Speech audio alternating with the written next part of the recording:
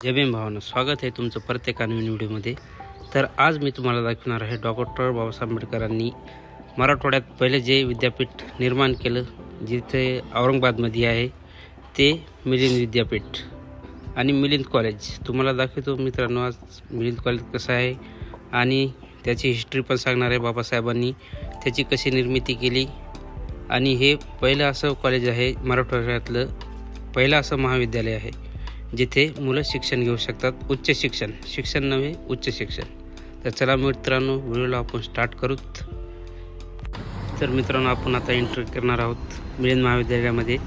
सुरुवातीला तुम्ही जेव्हा असाल तुम्हाला असं एक गेटमध्ये एंट्री केल्यावर असं एक सुंदर असं दृश्य दिसेल। समोर मस्तपैकी गार्डन आहे, आतमध्ये पिंपळाचं झाड पण दिसेल तुम्हाला आणि लगेच समोर गेल्यावर तुम्हाला भव्य दिव्य असं मिलिंद कॉलेज पाहण्यास मिळेल। पाहू शकता, एकदम सुंदर अशी निर्मिती केलेली आहे बाबासाहेबांनी मिलिंद कॉलेजची। समोर बोर्ड पण पाहू शकता तुम्ही, मिलिंद कॉलेज ऑफ आर्ट्स, आणि आतमधून असं काही दिसते बाबासाहेबांचं कॉलेज। एकदम सुंदर असा परिसर आहे। समोर बाबासाहेबांचा एक फोटो पण तुम्हाला पाहायला मिळेल।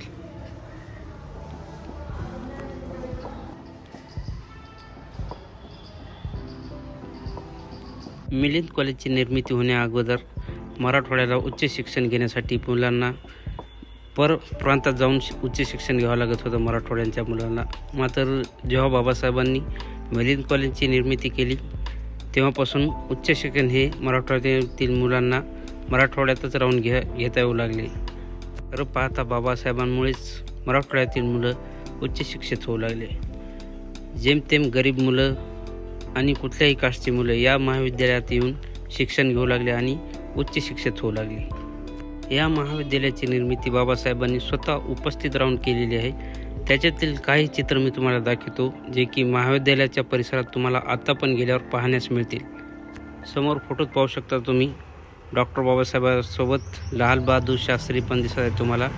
बाबासाहेबांनी जेव्हा या विद्यालयाची निर्मिती सुरुवात केली तेव्हापासून त्या काळचा हा फोटो आहे। पाहू शकता एकदम निरखून बाबासाहेब स्वतः या कामाची तपासणी करताना आणि त्यांचे सहकारी सोबत। हा दुसरा फोटो पण महाविद्यालयाचे जेव्हा काम अर्धनिर्धार झालं होतं, म्हणजेच महाविद्यालयाची नेमकीच तयार होत लागली त्यावेळेस काढलेला फोटो पाहू शकता तुम्ही। बाबासाहेब स्वतः उभे इथं असलेले आणि त्याच्यासोबत त्यांचे सहकारी। महाविद्यालयाच्या परिसरात जर तुम्ही आले तर बाबासाहेबांचे तुम्हाला खूप सुंदर असे फोटो पाहण्यास मिळतील, जे की त्यांनी शिक्षणाच्या टायमाला जेव्हा ते इंग्लंडला किंवा अमेरिकेला जेव्हा होते तेव्हा काढलेले काही फोटो लावलेले आहेत सुंदर असे। या फोटोत तुम्हाला दिसत असेल बाबासाहेब खुर्चीवर बसून आपल्या सहकार्यांशी चर्चा करताना आणि सोबत माई सविता आंबेडकर यांच्याशी चर्चा करताना पाहू शकता तुम्ही। या बिल्डिंग बाबतच चर्चा करीत असतील की महाविद्यालयाची निर्मिती कशी व्हायली कशी नाही। या फोटोमध्ये पाहू शकता तुम्ही बाबासाहेबांनी या कॉलेज निर्मिती करण्यापूर्वी एक सुंदर असा आराखडा तयार केला होता। इमारत कशी बांधावी, तिचं नियोजन कसं असावं, कोणत्या दिशेला कोणता वर्ग, कोणती मेन जागा, मेन ठिकाणी सगळं त्यांनी बरोबर व्यवस्थित नकाशीशीर काढून मगच महाविद्यालयाची निर्मिती करण्यात आलेली आहे। महाविद्यालयाच्या आतमध्ये गेल्यानंतर तुम्हाला तिथं 2 लायब्ररी पाहायला मिळतील।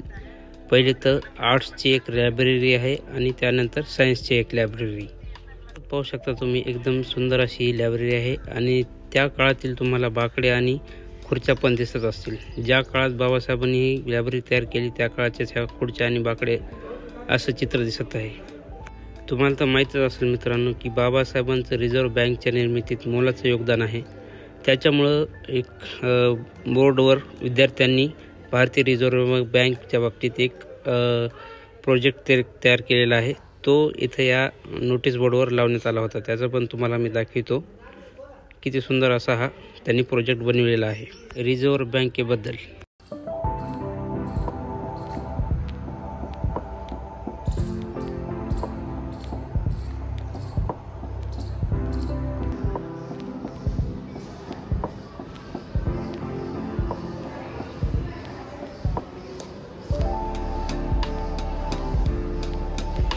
आता तुम्हाला पाठीमागची बाजू दाखवतो मी या मिलिंद कॉलेजची। हे पाहू शकता अशी काही बिल्डिंग आहे आणि इकडे एक सायन्सची लायब्ररी तुम्हाला दिसत आहे, Milind college of science library. हे मिलिंद कॉलेजचं कॅन्टीन आहे मित्रांनो, एकदम सुंदर असं। सध्या तर काही सुट्टीचा दिवस आहे, त्याच्यामुळं जास्त काही मुलं तुम्हाला दिसणार नाहीत कॉलेजमध्ये. आता जेव्हा कॉलेज चालू राहते तेव्हा भरपूर इथं मुलं तुम्हाला विद्यार्थी दिसतील. हे आतमधला असा परिवेश आहे आणि इथं बाबासाहेबांचा एक सुंदर असा फोटो. आणि आता तुम्हाला मी आर्ट्स कॉलेजचे लायब्ररी दाखवतो. सुंदर अशी लायब्ररी आहे, पाहू शकता तुम्ही. लायब्ररीच्या दिशेने जाताना तुम्हाला बाबासाहेबांचा एक सुंदर असा फोटो समोर दिसत असेल. आणि ही एक लायब्ररी आहे आर्ट्स कॉलेजची. आणि या गेटला तुम्हाला मिलिंद कॉलेजच्या सायन्स डिपार्टमेंटचंही मेन गेट आहे. इकडून तुम्हाला सायन्सचं डिपार्टमेंट पाहण्यास मिळेल. आतमध्ये प्रवेश करताच माता रमाई आणि डॉक्टर बाबासाहेब आंबेडकर यांचा दोन सुंदर असे फोटो तुम्हाला पाहण्यास मिळतील.